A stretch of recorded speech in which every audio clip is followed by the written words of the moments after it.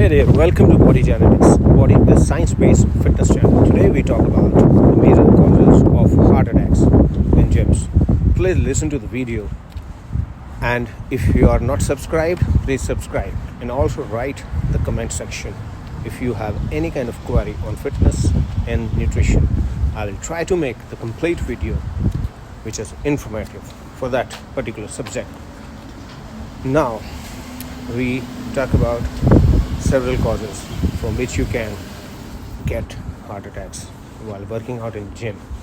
Those includes underlying heart conditions, people with pre-existing heart disease or family history of heart disease are at high risk, like blood pressure, high cholesterol, diabetes like diseases contributes to the heart attacks in gym.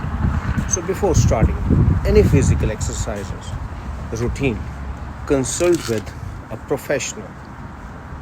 Second would be high intensity exercises.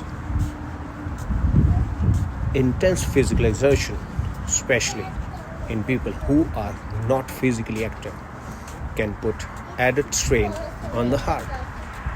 Third would be stimulant use. The use of stimulants such as caffeine can increase heart rate and blood pressure, leading to higher risk of heart attacks.